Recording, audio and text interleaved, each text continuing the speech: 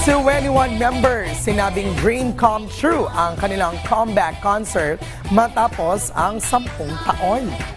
Ito, after 10 years, sumabak agad ang K-pop girl group na 21 sa kanilang 3-day sold-out welcome back concert sa Seoul, South Korea.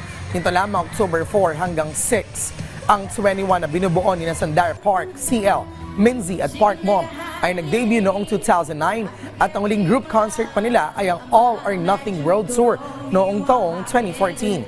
Ang welcome back concert tour ng 21 ay para sa selebrasyon ng kanilang 15th anniversary from their debut. Sa isang interview ng Korean media outlet na OSEN sa 21 members, dito sinabi ni CL na may plinano talaga sila para sa kanilang 15th anniversary pero hindi niya inaasahang ganito ang kalalabasan at masaya siya na it's finally happening. Halos parehas naman ang saloobin ni Sandara, Minzy at Bom.